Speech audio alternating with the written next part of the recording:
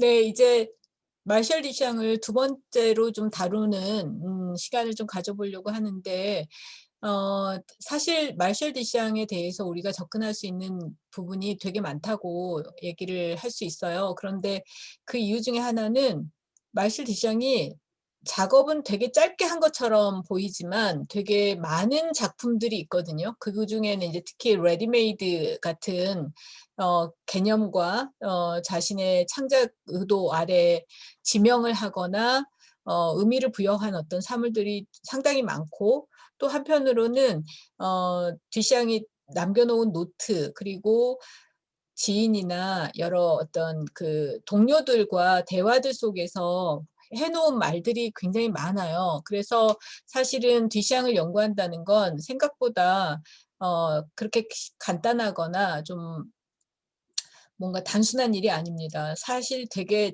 듀샹의 작품 자체를 이해하는 것도 사실은 많이 집중해야 하거나 이해가 필요하거나, 듀샹의 어떤 의도와 그 당시에 그 듀샹이 자극받았던 그 시대적인 그 과학, 기술, 그리고 또 산업, 그리고 세계상에 대한 이해들이 좀 있어야지 충분히 듀샹의 의도들을 이해할 수 있거나, 내지는 듀샹이 목표로 하는 그 새로운 예술의 가능성 같은 것들을 읽어 나갈 수 있거든요. 그런 점에서 듀샹을 공부한다는 게 그렇게 좀 심플하고 클리어하지는 않다고 말할 수 있어요.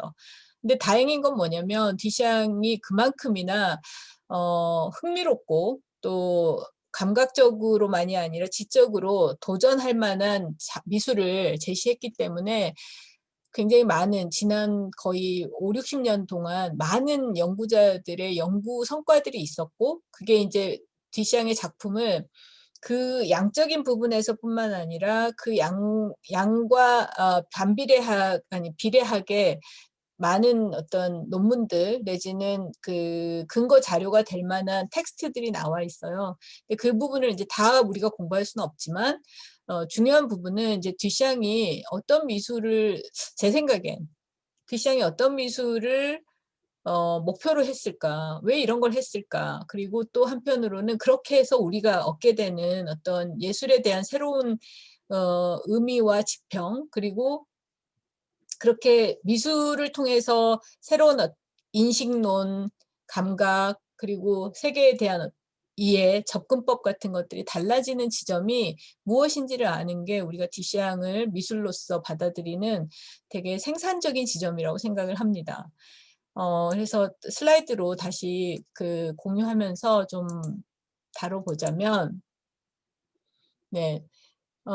이제 제가 이렇게 뒷장을 다루는 큰 주제가 기성품의 재탄생과 의미 창조의 대가라고 이미 얘기를 좀 했었었는데, 지금 보여드리는 그 시작 부분에서 이제 지난번에 영상에서 강의했던 거를 지나서 이제 다음 얘기들을 좀 할 건데, 앞에서도 듀샹의 그 파운테인이라는 작품이 가지고 있는 되게 미술사를 건드리면서도, 또 우리가 그 기성품에 대해서 갖고 있는 태도와 미술에 대한 순수 미술 작품이라고 하는 이상화되어 있는 대상에 대해서 보여주는 태도가 다르다는 거를 듀샹의 작품 파운테인을 통해서 얘기를 해봤었는데, 그와 관련해 가지고 또 다른 작품으로 우리가 흥미롭게 주목할 만한 작품이 지금 보여드리는 이 작품이에요. 어 뭐 굳이 번역을 하자면 "로즈 셀럽이 왜 기침하지 않아?" 뭐 이런 제목인데, 이해가 잘 안 되는 제목이죠, 사실은. 근데 이 작품 같은 경우는 지금 왼쪽에 있는 건 테이트가 소장하고 있는 복제품이고요. 오른쪽 거는 제가 출처는 명확하게 알 수가 없는데 핀터레스트에서 찾아낸 작품 도판이에요. 근데 아마 어 듀샹이 그 초창기에 이 1920년대에 이거를 만들고 난 다음에 뭔가 사진을 찍어 놓은 자료 중에 하나가 아닌가 싶어요. 근데 이 작품은 사실은 듀샹이 자발적으로 어떤 '아 내가 이런 걸 해 봐야 되겠어.'라고 생각해서 만든 게 아니라 일종의 주문 제작 같은 거였어요. 그러니까 미국으로 망명한 후에 아렌스버그 부부를 통해서 예술 활동도 하고 또 예술계 사람들하고 미국의 예술계 사람들하고 되게 많은 교류도 하고 그리고 당시에 미국 미술은 현대 미술의 전기 양상에서 보면 되게 낙후된 곳이었거든요. 그래서 파리에서 온 이 그 아방가르디스트로서의 뒤샹이 보여주는 파격적인 미술 그리고 그런 어떤 작가 정체성 같은 것들이 굉장히 매력적이고 특히 이제 인간 뒤샹 젊은 청년으로서의 뒤샹 자신이 굉장히 매력적이었다고 해요. 그리고 자기가 그 매력을 어떻게 어필해야 되는지도 굉장히 잘 알고 있었던 인물인데 어쨌든 그래서 그 아렌스버그 부부의 서포트만이 아니라 주변에 그렇게 좀 미국의 뉴욕 아트 씬에서 좀 뭔가 영향력이 있거나 내지는 발언권이 있거나 또 경제적으로도 부유한 사람들하고 교류를 꽤 많이 했다고 하는데 그중에 한 사람이 드라이어예요. 근데 이 드라이어의 여동생이 어느 날 이 작품을 주문한 거예요. 그러니까 뭐 예를 들면 아렌스버그 부부한테 해준 것 같은 그런 되게 흥미로운 작품을 좀 해달라고 요청을 했는데 뒤시앙이 이렇게 얘기를 했다고 합니다. 좋다. 하겠다. 그런데 나는 그림을 그리고 싶지는 않아.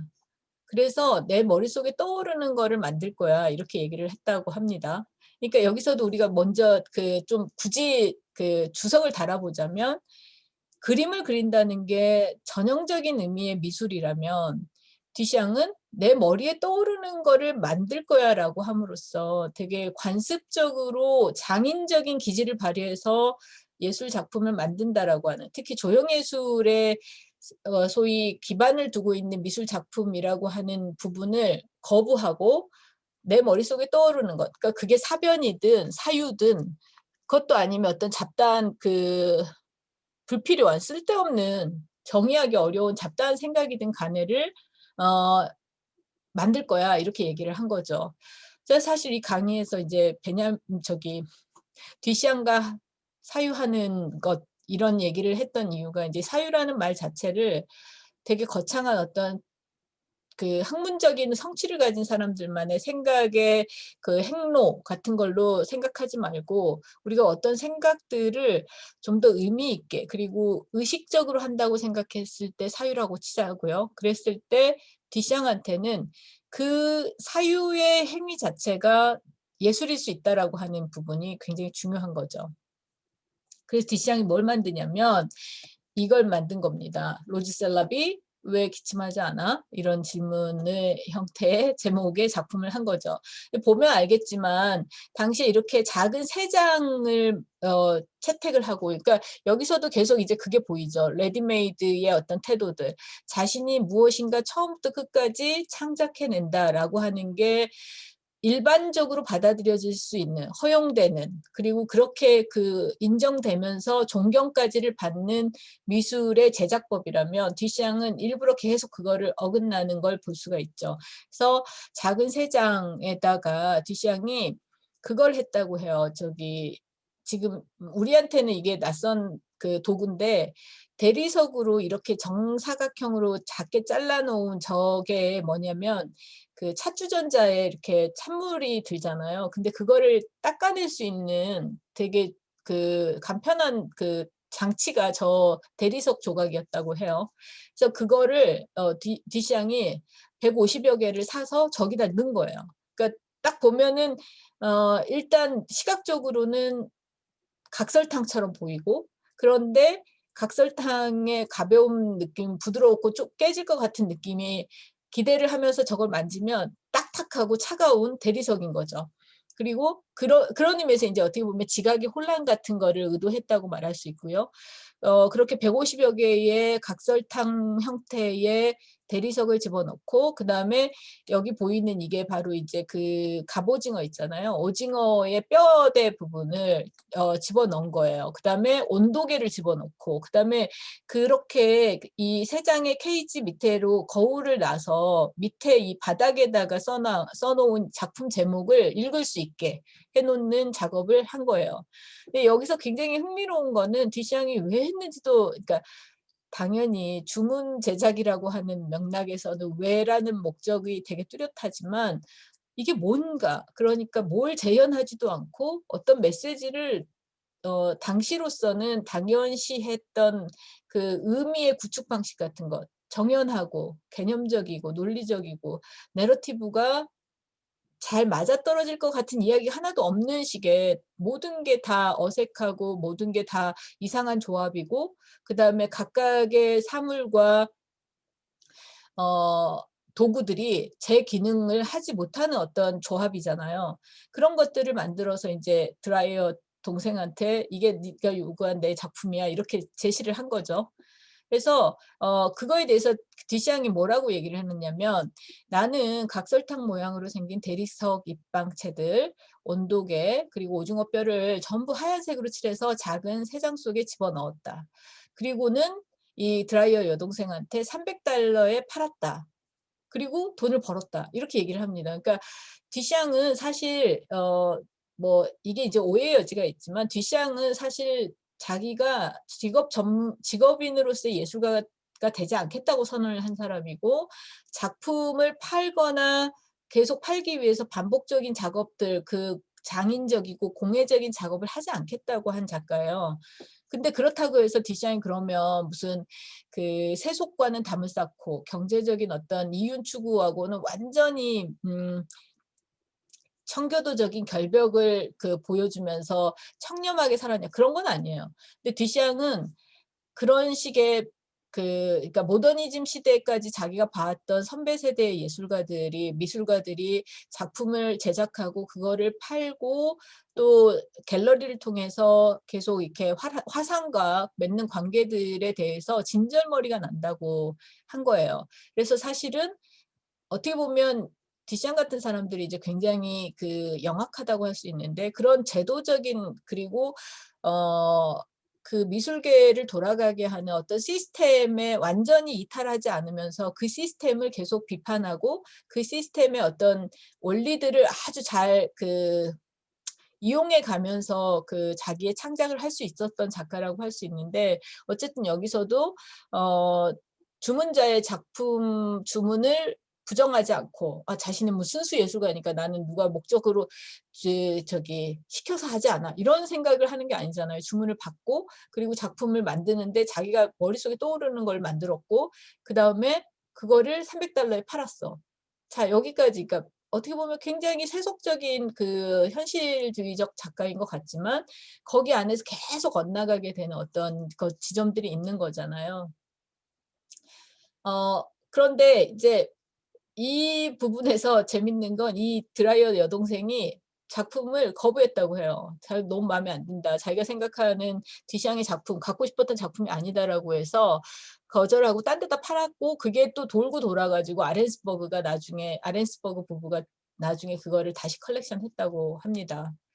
근데 이제 말하자면 뒤샹은 왜 그러면 여기다가 뭐 대리석 그리고 온도계, 오징어 뼈 같은 거를 넣느냐라고 할 때 이제 우리가 생각해 볼 수 있는 건 감각적인 부분들에서도 이게 계속 이렇게 이상하게 미끄러지는 그러니까 이 철학적인 의미로 이제 미끄러진다는 말을 쓰는데 어떤 기표와 기의 그러니까 어떤 말을 하고 싶을 때 그거에 두드러지는 어떤 단어와 그 단어가 뜻하고자 하는 게 기의, 기표라고 하잖아요. 근데 그게 딱 붙어 있으면 이게 전달이 잘 되고 의미의 혼란이 덜한데 이게 미끄러지는 거예요. 그래서 A라고 말하는 순간 A가 아닌 것들, 다른 것들을 지시하게 되는 것. 이런 것들을 지금 디샹이 사실 게임하듯이 하고 있는 게 이런 음? "왜 로즈셀럽이 기침하지 않아?" 같은 것이고 그게 이제 성적인 부분에서는 앞서 얘기했던 것처럼 로즈셀럽이라는 여성이면서 마이셸 디샹이고 그다음에 이게 로즈셀럽이라는 여성의 이름일 수도 있지만 에로셀럽이라는 어떤 문장일 수도 있는 이런 식의 그러니까 의미가 계속 미묘하게 흔들려가는 어떤 상태들이 디샹이 되게 중시했던 그 에스테틱 어 일종의 시츄에이션인 것 같아요. 그러니까 감각 지각적 상황들이라고 할 수 있을 것 같아요. 그래서 일종의 이렇게 작가는 그 감상자들한테 굉장히 낯선 경험을 하게 해 주는 거죠. 그래서 각설탕인 줄 알고 들었는데 의외로 무거운 묵직한 그런 대리석 덩어리 그다음에 대리석의 차가움을 마치 온도 측정하는 것 같은 온도계가 꽂혀 있는 거 상태, 이런 것들이 이제 흥미로운 거죠.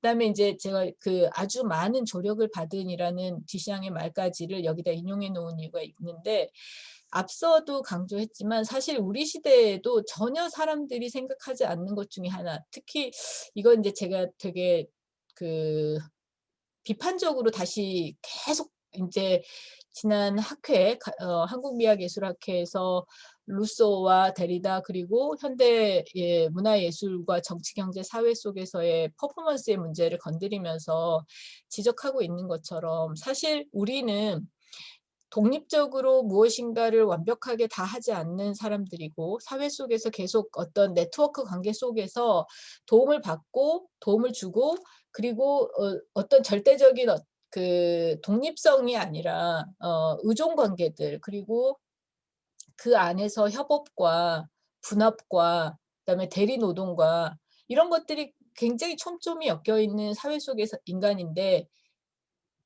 능력주의 사회 속에서는 계속 개인들의 어떤 거를 평가하는 식으로 분할되는 거, 이거 못은 있다는 거예요. 그리고 그게 인제 현대미술에서 퍼포먼스 같은 경우들, 특히 인제 작가가 퍼포먼스의 연출가라든가 감독으로 등장할 때 굉장히 많은 그 안에 스텝이나 퍼포머들이나, 그리고 미술관 제도나 미학적인 그 소위 전제들이 있는데, 그것들을 깡그리 지우고 오로지 예술적인 그 가치만을 따진다라고 하는 이 모순에 대해서 생각을 해야 된다고 계속 강조하고 있는데, 그렇게 볼 때 뒷샹의 이런 말들은 굉장히 빨리 이런 부분을 지적하고 있었다고 할 수 있는 부분이에요. 그러니까 자신은 무엇인가를 선택하는 예술가야라고 뒷샹이 되게 뻔뻔하게 제시하고 나올 때, 뒷샹은 스스로 뻔뻔함을 가장하면서 이 미술계를 이루고 있는 제도로서의 미술과 미술 개념과 창작과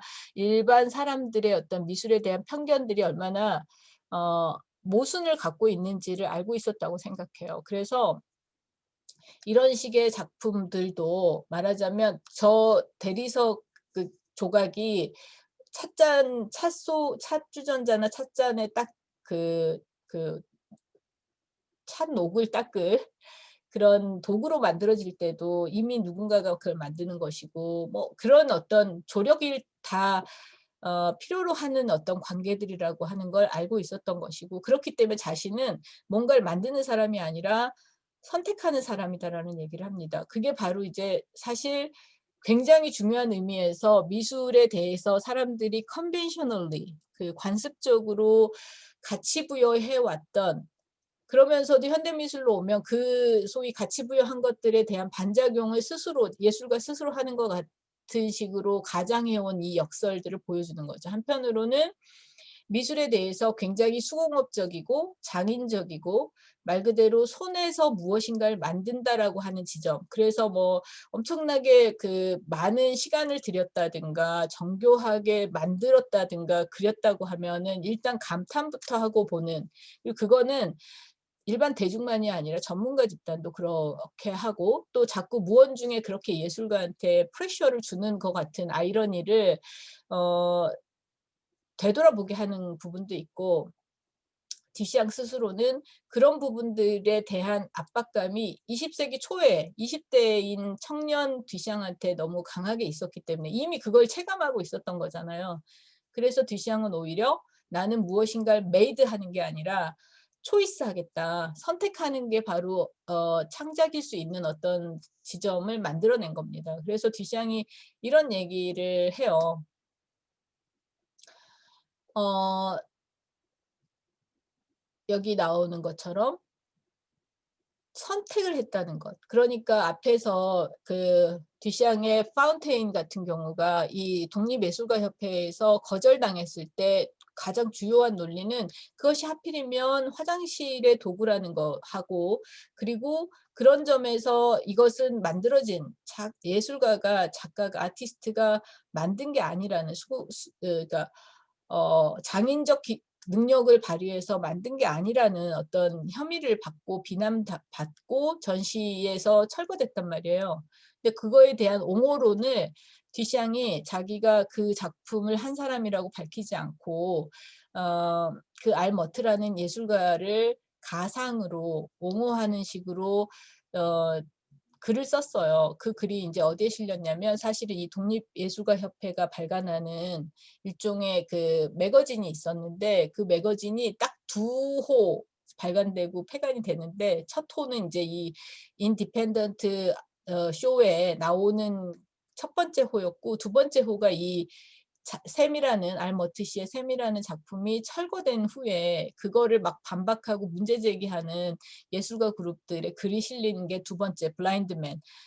블라인드맨이란 잡지 이름도 의미심장하죠. 장인이라고 이게 맨목, 눈이 먼 사람들을 얘기하는 거니까요. 그러니까 봐도 모르는 것들 내지는 보면 제대로 보지 못하는 사람 뭐 이런 식의 의미를 띠고 있는 거잖아요. 근데 어쨌든 블라인드맨이라는 잡지에다가 뒤샹이 자기 이름으로 이 알머티 씨의 작품이 에 문제가 없고 그리고 그렇게 막 비난당하는 그러니까 막 뭐 예를 들면 이런 작품은 되게 비도덕적이고 비윤리적이고 그리고 퇴폐적이고 뭐 추하고 이런 식의 비난들이 얼마나 성립되지 않는지에 대해서 뒤샹이라는 예술가의 이름으로 알머트 씨를 옹호하는 작품 글을 쓴 거예요. 거기에 이렇게 쓴 거죠. 욕조가 부도덕하지 않듯이 머트 씨의 작품 샘은 부도덕하지 않다. 그러니까 자꾸 사물과 예술 작품의 구분을 두고 사물은 자꾸 그 예술 작품보다 열등한 것처럼 말하려고 하는 그 우리의 인식을 깨트리려고 하는 거죠, 디샹은. 머트 씨가 자신의 손으로 샘을 제작했는가 아닌가도 중요하지 않다. 왜냐면 그 머트 씨가 이걸 선택했다는 것이 바로 우리가 이 예술 작품에서 가장 높이 사야 될 창조성이니까 이렇게 얘기를 하고 있는 거예요. 그리고 그게 바로 제가 뒤샹의 작업에서 가장 중요한 부분. 그러니까 의미를 창조하는 것, 물질을 창조하는 게 아니라 의미를 창조하는 데서 대가처럼 보이는 면모인 거죠. 그러면 이런 말 그대로 뒤샹이 어떻게 이럴 수 있었을까를 생각해 봐야 되는데 그걸 뒤샹이 스스로 이미 설명을 하고 있어요. 뭐라 그러냐면 나는 어떤 거를 그냥 있는 그대로 받아들이지 않고 모든 거에 대해서 의심을 한다, 회의를 한다. 그러니까 그냥 수동적으로 쑥 받아들이고 '아 그렇다고?' 이런 게 아니라 "왜?" 라고 하는 질문들을 해 나가는 거죠. 그런 질문들 속에서 당연시해 왔던 것들을 당연하지 않은 것들로 다시 생각하게 하는 그러니까 A라는 한 가지만 있다면 not A도 있고 B고 C고 이럴 수 있는 굉장히 많은 어떤 가능성의 갈래를 만들어낼 수 있는 게 바로 이 doubt 회의가 될 수 있는 거죠. 그래서 뒤샹은 자기가 회의를 가지면서 이전에는 없었던 무엇들이 나올 수 있는 가능성이 생긴다고 봤던 거예요.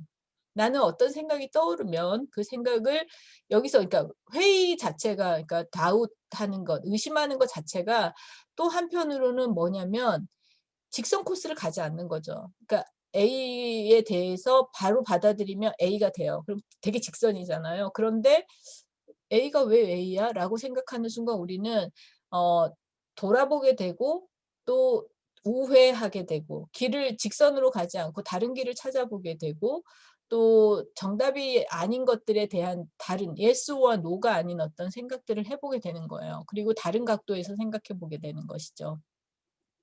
이게 바로 뒤샹이 사실은 앞에서 봤던 그런 파운테인 앵그르가 사실 그 부르주아 사회 속에서 미술이 해왔던 그 많은 아름다운 역할들을 그대로 다시 더 강화하는 식으로 소녀의 육체를 그리고 그걸 파운테인이라는 신화적이고 이상화된 아름다움인 것처럼 해온 관례를 따랐다면 뒤샹은 남성용 소변기를 가지고 파운테인을 생각하게 하는 식의 작업을 했고 그다음에 뭐 여러 가지 잡다한 물건들을 조합해 놓고 그걸 작품이라고 제시할 수 있는 무려 300달러의 예술 작품으로 만들어낼 수 있는 식의 것들도 말하자면 뒤샹으로서는 doubt, detour 그러니까 의심하고 또 어 단순한 길을 쫓지 않고 돌아가고 다른 각도로 보고 하는 것. 그게 이제 제가 말하는 입체적으로 사고하는 것이라고 할 수 있을 것 같습니다. 그것이 이제 듀샹한테는 초기부터 있었던 건 아니에요. 사실은 듀샹은 미국으로 건너가기 전까지 사실 프랑스 미술계에서 파리 미술계에서 굉장히 열심히 그 당시에 그 특히 뭐 그 야수파나 또 큐비즘이나 입체파 화가들이 추구하고 실험하는 그런 회화의 새로운 경향들을 자기 나름대로 굉장히 따르면서 창조성을 발휘하려고 하는 작업들을 많이 했었어요. 그게 이제 초창기 1910년대쯤에 했던 이런 초상 작업들, 그리고 낭만화된 주제를 그리는 그림들이었어요. 유화 그림들이었어요. 그래도 사실 듀샹으로서는 그런 것들만 해도 굉장히 어떻게 보면은 충분히 인정받을 수 있는 실력을 갖추고 있었는데, 거기에 만족하지 않았던 굉장히 결정적인 계기가 사실은 기술 산업이었어요. 앞에서도 얘기했지만 듀샹이 새로운 어떤 그 시대를 체감할 수밖에 없었던 게 서구 유럽의 그 19세기 후반부터 불어닥친 산업 기술의 발전, 그리고 자본주의가 막 굉장히 강화되는 어떤 사회 상황 같은 것들이 듀샹으로 하여금 고전적이고 이제까지 내려온 어떤 미술의 그 속성, 역할, 창작의 방식 같은 걸로는 충분하지 않다고 느끼게 한 거예요. 그래서 산업이나 사회적인 이미지 생산의 경우에는 사진이 굉장히 다양하게 쓰이고 이제 널리 쓰이고, 그다음에 그전에는 사진의 어떤 그 영향력이 전면적이지 않았기 때문에 화가들이 세계를 재현하거나 세상의 이미지를 제시할 수 있었던 어떤 특권적인 그 수준이 있었다면, 그것들이 이렇게 새로운 그 기술적인 그 효과들을 새롭게 보여주는 사진 기술, 뭐 사진술, 이런 식의 영화도 마찬가지고, 이런 식으로 이미지의 세계가 굉장히 확장되고 다변화되면서 전통적인 의미의 회화라고 하는 것이 어떻게 보면 자기 세계에 갇혀 있는, 전통 안에 있는, 그리고 가장 보수적이고 폐쇄적인 장르가 되고 있다라는 걸 듀샹은 굉장히 강하게 체감을 했던 거고,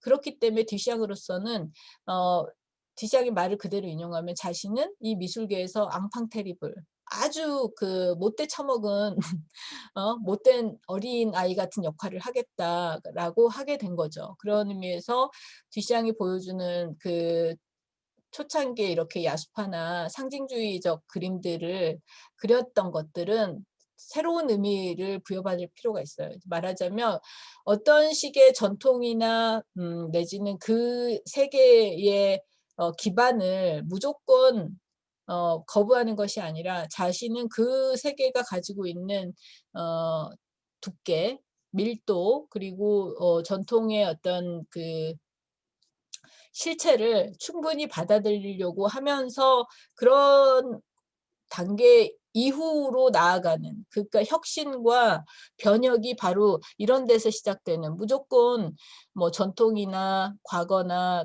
그 고전적인 것들에 대해서 무조건 자신은 빈곤한 상태로 거부하는 것이 아니라, 거기에서 충분히 자신의 어떤 그 목적을 걸어두지만 그것들로부터 어느 순간에 이제 자유로워져야 되는, 비상을 해야 하는 단계들이 있었던 것이고, 그것이 듀샹으로서는 뭐 되게 극단적으로는 회화를 그만두겠다라는 선언을 하거나 또 미술을 하지 않겠다라는 그런 그 포기 선언 같은 걸 하지만, 듀샹 자신은 계속 해왔던 작업이었으니까요. 그렇게 이루어질 수 있었던 겁니다. 그게 이제 명시적으로 보여주는 작품이 이 그 가장 유명한, 그리고 듀샹으로서는 1920년대 미국으로 건너갈 수 있었던 그 텃밭이 됐던 작품이 이겁니다. Nude Descending a Staircase, 그러니까 계단을 내려오는 나무라는 그 유명한 작품인데, 이 작품을 듀샹은 사실 자기가 스스로 고백하고 있는 것처럼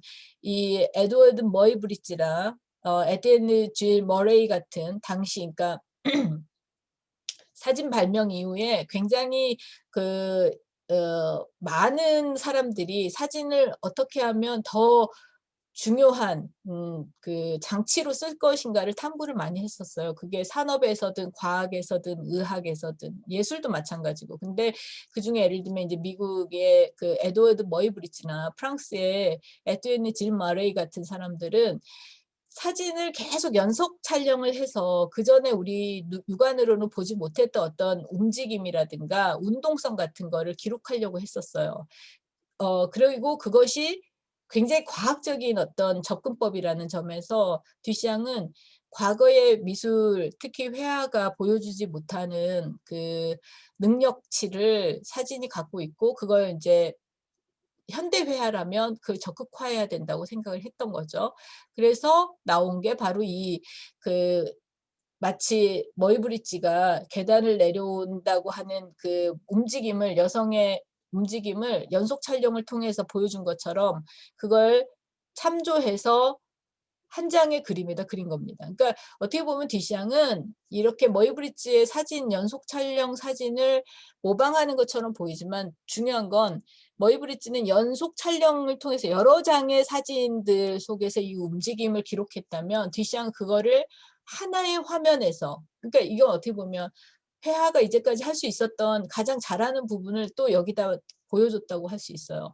듀샹은 그러니까 조형예술 중에서도 회화는 마치 고대 로마의 그 시인이었고 미학자였던 호라티우스가 얘기하는 것처럼, 시는 그림처럼, 그림은 시처럼이라고 말할 때 그것, 그러니까 말하자면 시든 회화든 가장 압축적인, 응축된, 그러니까 뭔가를 설명하고 서사적으로 시간을 들여서 하는 게 아니라 한 장의 사진 속에서, 한 장의 하나의 단어 속에서 심상이, 이미지가 압축될 수 있는 가장 중요한 장르로 시나 회화를 든다면, 그런 지점에서 듀샹은 1912년에 그린 이 그림 속에서 에드워드 머이 브리지 같은 사람들이 여러 이미지 컷들로 보여주려고 했던 이 운동성이라는 걸 가장 회화가 잘할 수 있는 시공간을 압축하는 것으로서의 회화로 보여준 거라고 할 수 있죠.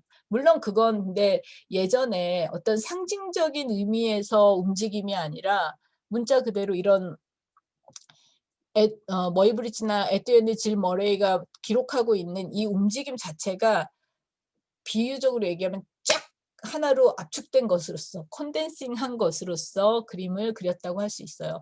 이게 얼마나 흥미로웠는지 듀샹이, 그러니까 이런 그림을 그렸을 때, 그리고 난 다음에, 근데 사실 이 그림은 프랑스 화단에서는 받아들여지지 않았어요. 그 그림을 철수해 가라는 통보를 받고 굉장히 씁쓸한 기분에 휩싸인 상태로 젊은 듀샹이 그림을 철수해 갔다고 합니다.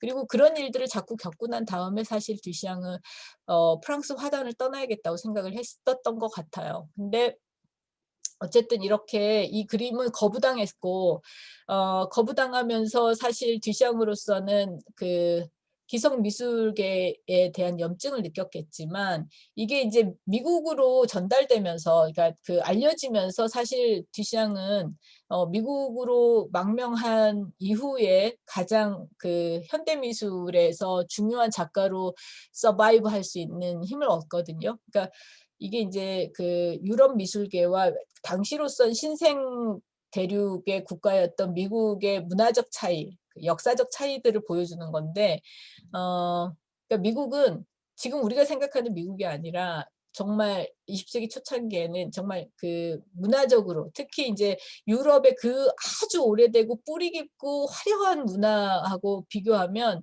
가장 미천하고 근본도 없고, 그다음에 전통은 당연히 없고, 이런 무식한 대륙의 그 특히 그 개척자주의적인 어떤 그 사람들의 나라였기 때문에 유럽의 미술에 대한 컴플렉스가 굉장히 심했고, 그렇기 때문에 유럽 화단에서 이렇게 센세이셔널한 그 사건이 일어난 경우들을 되게 흥미롭게 바라봤던 것 같아요. 그리고 그런 아방가르드한 미술의 새로운 시도들을 오히려 적극적으로 포용하려고 하는 그 미국 그 문화예술계 리더 그룹들이 있었고, 그중에 이제 디시앙이 상당히 많이 알려지게 되면서 파리에서 미국으로 가는 데서 좀 더 나은 여건이 됐고, 디시앙이 이제 정말 미국으로 갔을 때 거의 스타가 그 미국에 온 것처럼, 방문한 것처럼 이렇게 환영을 받았다고 합니다. 이제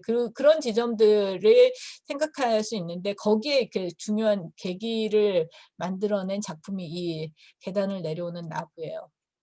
근데 그 그림이 이제 정말 그 중요한 어떤 그 스캔들이자 이슈가 되면서 굉장히 많은 이제 인터뷰들을 했었고, 나중에도 그 작품에 대한 회고들을 하거나 막 그런 게 있었을 텐데, 그래서 디시앙이 실제로 그 요청을 받아서 마치 자기가 그린 그 계단을 내려오는 나무 같은 그림 속의 움직임 같은 걸 이렇게 다중 노출 시점으로 사진을 남기는 걸 했었어요. 예, 지금 보면 멀티플 엑스포저 포토라고 돼 있는데, 디시앙이 실제로 계단을 내려오는 과정을 이렇게 다중 노출을 둬 가지고 이렇게 그 과정이 한 장의 사진에 노출된 사진을 찍은 겁니다. 네. 자, 그럴 수 있었던, 그러니까 이제 말하자면 디샹이 자신이 더 이상 전통적이고 관례적이고 어 유럽의 페인팅 중심의 어떤 미술이 아닌 것들을 해야 되겠구나라고 생각하게 된 굉장히 중요한 계기가, 바로 앞에서도 그런 얘기를 잠깐 했지만 그 일종의 기술 전람회라고 할 수 있는, 그러니까 그걸 압축한 당시로서는 최고의 그 기술력을 보여주는 그게 뭐였냐면 항공기였는데, 에어플레인 같은 거였는데, 그 항공기 전시를 당시에 가장 실험적인 미술을 한다고 했던 페르낭 레제랑 브랑쿠스랑 가서 전시를 봤다고 해요, 이 항공기전을. 그러고는 보고 나오면서 디샹이 했던 말이 이 말이었다고 합니다. "이제 회화는 끝났다. 누가 이런 프로펠러보다 더 뭔가를 그 감각적으로나 기술적으로나 사람들을 그 경이롭게 하는 데서 그 사물을 만들어 내겠냐. 회화는 이제 그럴 수가 없는 가장 올드한 장르가 됐다."라고 말을 했다고 해요. 그러니까 프로펠러 같은 걸 지금 우리는 생각하면, 아니 프로펠러는 물건이고 그 아무리 그게 미학적으로 그리고 기술적으로 첨단이라고 해도 그걸 왜 순수미술이랑 비교해?"라고 할지 모르지만, 듀샹으로서는 거기서 심각한 어떤 위기의식 같은 걸 느꼈을 것이고, 회화가 가진 기반은 더 이상 장점이 아니라 혁신이나 변혁을 이루는 데서는 발목을 잡는 거구나라는 생각을 했을 것이에요. 그리고 그런 깨달음이 듀샹으로 하여금, 그렇다면 사진의 그 어떤 표현법 같은 것들을 회화에다 어떻게 도입할까를 고민하게 했을 거고, 그게 이런 누드 그림이었을 거고, 그리고 그런 것들이 이제 그 점점 더 많이 발전해서, 이제 시간을 거꾸로 가서 얘기를 하면, 미국에 가서 자기 스스로가 미술을 하지 않는다라는 상태에서 할 수 있었던 이런 식의 개념적이고 지적으로 뭔가 사고를 굉장히 어 흥미롭게 할 수 있는, 그 의미가 고정돼 있지 않지만 아주 다양한 의미들을 생산해 낼 수 있는 그런 작업들을 하게 된 뿌리였다고 할 수 있을 것 같아요. 그래서 오늘 다루는 내용들은 또 한편으로는 뒤샹의 그 작품들을 여러 개를 보여드리는 것 같았지만, 사실 뒤샹이 가지고 있던 그러니까 프랑스 미술계에서 그 보수적이고 전통적인 부분과, 그 전통에서도 사실 입체파나 야수파들은 계속 새로운 혁신으로서의 회화를 실험했던 거잖아요. 그런데 뒤샹은 거기서 훨씬 더 비약하는 어떤 시도들을 어 상징적으로 보면 프로펠러 같은 걸 보면서 했다고 말할 수 있고, 그것이 듀샹으로 하여금 단순히 미술계 안에서 장르의 어떤 그 기법적이거나 표현적인 컨벤션을 혁신하는 정도가 아니라 아예 미술 자체를 메타 차원에서 생각하게 하는, 그러니까 '미술이 뭐지?'라는 생각이 미술이었던 것들을 다 모두 부정하는 식으로 새로운 그 혁신을 이루게 된 배경이었다고 할 수 있습니다. 네. 오늘은 여기까지 합시다.